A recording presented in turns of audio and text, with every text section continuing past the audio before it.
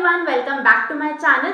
आज का वीडियो आप लोगों के लिए बहुत ज़्यादा इन्फॉर्मेटिव और स्पेशल होने वाला है, क्योंकि क्या पता इसी वीडियो को देख के आपकी एम्स के अंदर एज अ फिजियोथेरेपिस्ट जॉब लग जाए। So whether you are a physiotherapy student और a physiotherapy professional who are working in a private job, अगर आप चाहते हो कि आप एम्स जैसे रेप्यूटेड इंस्टीट्यूशन के अंदर एज अ फिजियोथेरेपिस्ट काम करो, तो आपकी जो ख्वाहिश है, ये जो इच्छा है आपकी, ये पूरी होने वाली है, क्योंकि एम्स ने बहुत सारी वैकेंसीज निकाली हैं डिफरेंट पोस्ट के लिए। आज के इस वीडियो को पूरा शुरू से लेके आखिर तक अच्छे से देखना, क्योंकि यहाँ पे मैं स्टेप बाय स्टेप आपको सारी बातें बताने वाली हूँ कि क्या इनका प्रोसीजर रहेगा, कैसे आपको फॉर्म भरना है, कितना आपको पढ़ना पड़ेगा, कैसे पढ़ना पड़ेगा, कहाँ कहाँ पे आपका जो एग्जाम सेंटर है वो हो सकता है। तो ये सारी इन्फॉर्मेशन आपको इस वीडियो के अंदर देखने को मिल जाएगी। तो चलिए अब जल्दी से अपना वीडियो स्टार्ट करते हैं। जैसा कि आपको पता ही होगा कि हमारे इंडिया के अंदर बहुत सारे एम्स है, जैसे एम्स कल्याणी, एम्स दिल्ली, ऐसे बहुत सारे एम्स हैं, राइट। तो जितने भी एम्स है ना, सब में डिफरेंट पोस्ट निकली हैं डिफरेंट प्रोफेशंस की, राइट। सो हम बात कर रहे हैं यहाँ पे सिर्फ फिजियोथेरेपी की।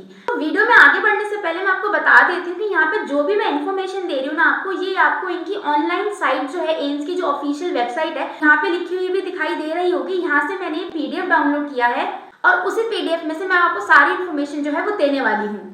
सो अगर आप भी चाहो तो आप जाके एम्स की जो ऑफिशियल वेबसाइट है वहां से पीडीएफ डाउनलोड करके इसको अच्छे से पढ़ सकते हो, वरना बाकी सारी इन्फॉर्मेशन तो मैं आपको यहाँ इस वीडियो में देने ही वाली हूँ। तो एम्स देखो, जैसा मैंने आपको बोला कि जो डिफरेंट एम्स हैं, वहाँ पे डिफरेंट जॉब्स निकली हैं। तो हम बात करते हैं अबाउट फिजियोथेरेपी की, फिजियोथेरेपिस्ट की कौन कौन से एम्स में जॉब निकली है, कितनी निकली है और कैसे उनका आपको पेपर देना होगा। सो आपको यहाँ पे वीडियो के अंदर इनका जो ऑफिशियल पीडीएफ है वो दिख रहा होगा। इनका पीडीएफ कुछ ऐसा दिख रहा है 2025 की वैकेंसीज के लिए। सो इसके पीडीएफ के अगर आप पेज नंबर 121 में जाते हैं तो वहां पे आपको 43 पॉइंट पे दिखेगा demonstrator, junior physiotherapist, junior occupational therapist, multi rehabilitation worker, physiotherapist. So 43 जो पॉइंट है ऑन पेज नंबर 121, वहां से आपकी जो ये जॉब है फिजियोथेरेपिस्ट की वो स्टार्ट होती है।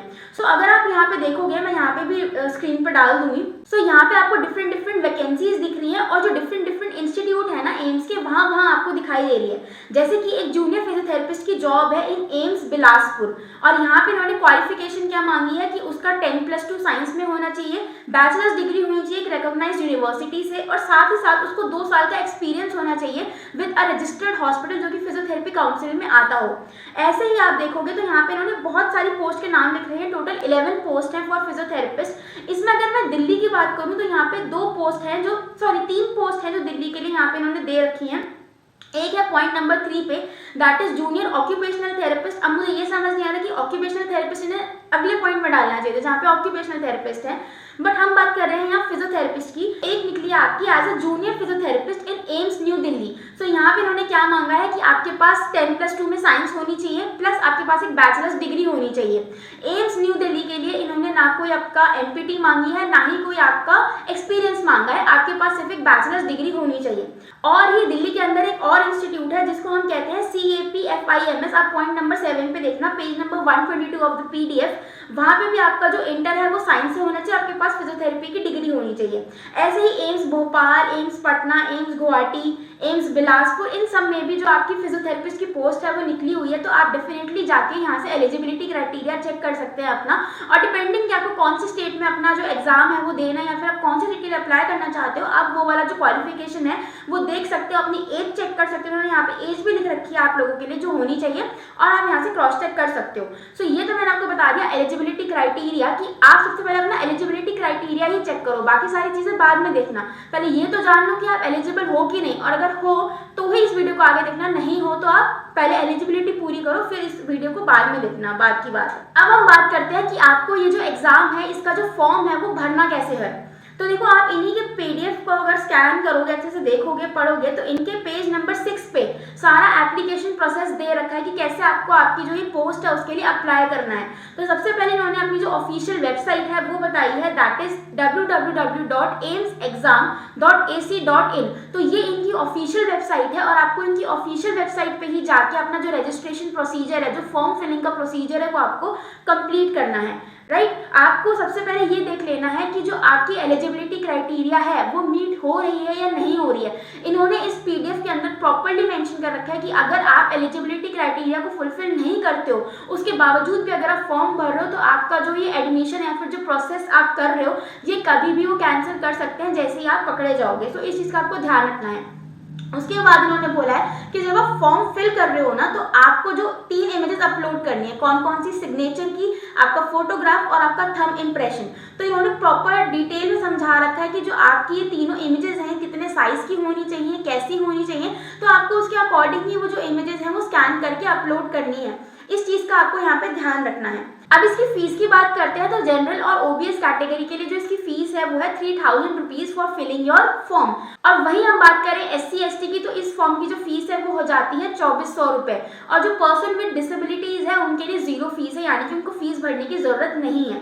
राइट। तो इन चीज़ों का आपको यहाँ पे ध्यान रखना है। अगर आप किसी यूनिवर्सिटी में या फिर आप कहीं पे जॉब कर रहे हो तो वहाँ से आपको एनओसी लेना बहुत ज़रूरी है। साथ ही साथ अगर आपको एक्सपीरियंस है, जैसे आपने अगर काम भी कर रखा है पहले कहीं, तो वहाँ का जो एक्सपीरियंस लेटर है वो भी आपको यहाँ पे आपके पास होना चाहिए। जब भी अगर आपका सिलेक्शन हो जाता है और आप जाते हो डॉक्यूमेंट वेरिफिकेशन के लिए, तो ये दोनों चीज़ें आपको ज़रूर से चाहिए ही होंगी। सो ये भी आप पहले से अपने पास तैयार करके रखना। ऐसा ना हो कि एंड टाइम पे आपको दिक्कत हो जाए कि अब मेरे पास ये नहीं है, मेरे पास वो नहीं है। इसलिए पहले से ये सारी चीज़ों को तैयार करके रखना।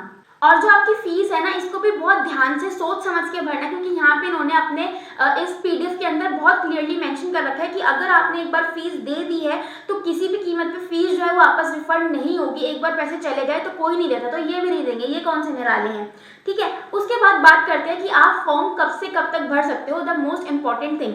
तो ये जो फॉर्म है ये ऑलरेडी आउट हो चुके हैं फ्रॉम 7 जनवरी, और टेंटेटिवली आप ये फॉर्म भर सकते हो 31 जनवरी तक, यानी कि 7 जनवरी से लेकर 31 जनवरी तक आप ये फॉर्म फिल कर सकते हो। उसके बाद जो करेक्शन विंडो है वो ओपन हो जाएगी 12 फरवरी से लेकर 14 फरवरी तक। सो अगर आपने एप्लीकेशन भरते वक्त कोई भी मिस्टेक करी है, कोई भी एरर किया है, तो वहां पे आप उसे ठीक कर सकते हो। बट मेरी पर्सनल एडवाइस आपको यही रहेगी कि आप जो भी गलती करते हो ना वो आप मत करना। बहुत केयरफुली होकर एक ही बार में अपना फॉर्म जो है वो अच्छे से भर लेना, ताकि आपको बाद में किसी चीज़ की दिक्कत ना हो। अब बात करते हैं कि ये जो पेपर है ये कैसे होगा और कब होगा। इस पेपर की डेट दी है क्या इन्होंने, चलिए चेक करते हैं। सो पेपर की डेट इन्होंने दे रखी है। अगर आप पेज नंबर 12 पे जाएंगे इस पीडीएफ के, तो यहाँ पे इन्होंने साफ साफ लिख रखा है कि जो आपका जो पेपर है जूनियर फिजियोथेरेपिस्ट का, या फिर जितने भी उन्होंने फील्ड्स निकाले हैं पेपर के लिए, वो टेंटेटिवली आपका हो जाएगा 26 से 28 फरवरी के बीच में आपका पेपर हो जाएगा। बट यहाँ पे उन्होंने बहुत क्लियरली मेंशन कर रखा है कि आपका जो पेपर है वो आगे भी शिफ्ट हो सकता है और नहीं भी हो सकता। So 26 to 28 February is a tentative date. साथ ही में ये पेपर ऑनलाइन होगा, ऑफलाइन होगा, ये भी उन्होंने कुछ नहीं बताया है। इन्होंने बोला है हमारे पास पूरा राइट है, हम एम्स हैं, हम चाहे तो इसको सीबीटी मोड में भी ले सकते हैं और हम चाहे तो इसको रिटन में, यानी कि जो पेन पेपर वाला पेपर होता है उसमें भी ले सकते हैं। So it all depends on AIIMS की, इनका जैसा मन करेगा ये वैसा ले लेंगे। ठीक है। एग्जामिनेशन सेंटर की बात करें तो यहाँ पे उन्होंने बोला है कि इंडिया के जितने भी मेजर स्टेट्स हैं या यूनियन टेरिटरीज हैं, वहाँ पे आपका जो पेपर है वो हो सकता है। और हम एम्स हैं, हमारी मर्जी है, हम कहीं पे भी आपका पेपर कर सकते हैं, इरिस्पेक्टिव आपने चाहे कोई भी एग्जामिनेशन सेंटर भरा हो, उसकी हमें कोई परवाह नहीं है। हमारा जहाँ मन होगा हम वहीं आपका पेपर करवाएंगे। राइट। सो ये बात इन्होंने एग्जामिनेशन सेंटर के लिए बहुत क्लियरली बोल रखी है, मैंने यहाँ पे पॉइंट हाईलाइट भी कर रखा है। रही बात एडमिट कार्ड की, तो पेपर से 3 दिन पहले ये जो आपका एडमिट कार्ड है वो साइट पे अपलोड हो जाएगा, तो आप अपना एडमिट कार्ड तभी की तभी वहां से डाउनलोड कर सकते हैं। अब बात करते हैं कि जो आपका एग्जाम का पैटर्न है, जो सिलेबस है वो क्या होगा और कैसा होगा। सो देखो ये जो पेपर है ना ये बहुत ज्यादा डिफिकल्ट नहीं आता, आपको थोड़ा ना खुला दिमाग रखना है इसके अंदर। सो आपका जो पेपर होगा उसके अंदर होंगे टोटल 100 क्वेश्चंस। राइट। 100 क्वेश्चंस होंगे, उसमें से 75 क्वेश्चंस होंगे आपके सब्जेक्ट के ऊपर, यानी कि फिजियोथेरेपी के ऊपर, और 25 जो क्वेश्चंस होंगे वो होंगे जनरल नॉलेज पे होंगे, मैथ्स पे होंगे, जीके पे होंगे, रीजनिंग पे होंगे, एप्टीट्यूड पे होंगे। सो 25 नंबर हो जाएंगे आपके उसके, और 75 नंबर हो जाएंगे आपके सब्जेक्ट के। राइट। अब बात करते हैं कि ये पेपर हो कितने मार्क्स का होगा। तो टोटली जो पेपर है ये होगा 400 मार्क्स का। राइट। हर सही क्वेश्चन करने के लिए आपको दिए जाएंगे 4 नंबर, और वहीं अगर आप कोई क्वेश्चन गलत कर देते हो तो इसके अंदर नेगेटिव मार्किंग भी है 1/4 की, यानी कि एक क्वेश्चन गलत हुआ तो आपके 1/4 मार्क्स कट हो जाएंगे, और अगर एक क्वेश्चन ठीक होता है तो आपके 4 नंबर लग जाएंगे। उसके अलावा इन्होंने ये बात भी कही है कि इस पेपर को अगर ये मल्टीपल शिफ्ट में कंडक्ट कराते हैं तो यहाँ पे नॉर्मलाइजेशन की जो पॉलिसी है, जो नॉर्मलाइजेशन प्रोसेस प्रोसेस है वो भी लगेगा। जो आपके एग्जामिनेशन का टाइम रहने वाला है वो रहेगा 90 मिनट्स, यानी कि 1.5 घंटा मिलेगा आपको एग्जाम करने के लिए। और जो मीडियम ऑफ इंस्ट्रक्शन होगा या फिर जो मीडियम ऑफ एग्जामिनेशन होगा वो होगा इंग्लिश के अंदर, यानी कि जो आपका पेपर है वो इंग्लिश में ही आएगा, यानी कि आपका जो पेपर है वो इंग्लिश में ही आएगा। अब ये सारी चीजें हमें समझ आ गई। अब हम ये बात करते हैं कि ये जो एग्जाम है इसको क्वालिफाई हम कितने मार्क्स पे कर पाएंगे। तो देखो वैसे तो क्या होता है ना, इनकी मेरिट लिस्ट लगती है तो अपना रोल नंबर वहां पे जाके चेक कर सकते हो, बट इन्होंने ये बोला है कि हर क्वेश्चन जो है वो 4 मार्क कैरी करता है अगर आपका अच्छा हुआ, और अगर गलत आंसर दिया तो 1/4 मार्क आपके कट जाएंगे। साथ ही साथ इन्होंने ये बोला है कि अगर आप अनरिजर्व कैटेगरी से हो या ईडब्ल्यूएस कैटेगरी से हो तो आपको मिनिमम 40% चाहिए मार्क्स इसको क्वालिफाई करने के लिए, और अगर आप ओबीसी कैटेगरी से हो तो आपको चाहिए 35% मार्क्स, और अगर आप एससी एसटी कैटेगरी से हो तो आपको चाहिए 30% मार्क्स इस पेपर को क्वालिफाई करने के लिए। So 45, 35 and 30% marks are the borderline की, इसके ऊपर यानी चाहिए इसके नीचे हो तो आप इस एग्जाम के अंदर फेल हो। तो ये भी इन्होंने अपने पीडीएफ के 14 नंबर पेज पे बहुत अच्छे से आपको एक्सप्लेन कर रखा है, राइट। अब हम बात करते हैं कि कौन से एम्स के अंदर कितनी कितनी सीट्स निकली हैं। तो यहाँ पे आपको पूरा स्क्रीन के ऊपर दिख रहा होगा कि टोटल आपके पास जो है वो 11 पोस्ट निकली हैं इन डिफरेंट एम्स, और उनका बाइफर्केशन कैसा है in unreserved, EWS, SC, ST, OBC, आपको यहाँ पे सारा स्क्रीन के ऊपर बहुत अच्छे से दिखाई दे रहा होगा। सो ये इनका बाइफर्केशन है फॉर योर सीट्स। और यहाँ पे जो आपकी सैलरी रहेगी वो रहेगी अकॉर्डिंग टू ग्रेड पे 6, तो आपकी आराम से 50-60 हज़ार जो सैलरी है वो यहाँ पे रहेगी आपकी। सो आप जल्दी से यहाँ पे अप्लाई कर सकते हो। और इसकी लास्ट डेट का बिल्कुल ध्यान रखना कि 30 तारीख को यानी कि 30 जनवरी को इसके जो फॉर्म्स हैं निकलने बंद हो जाएंगे।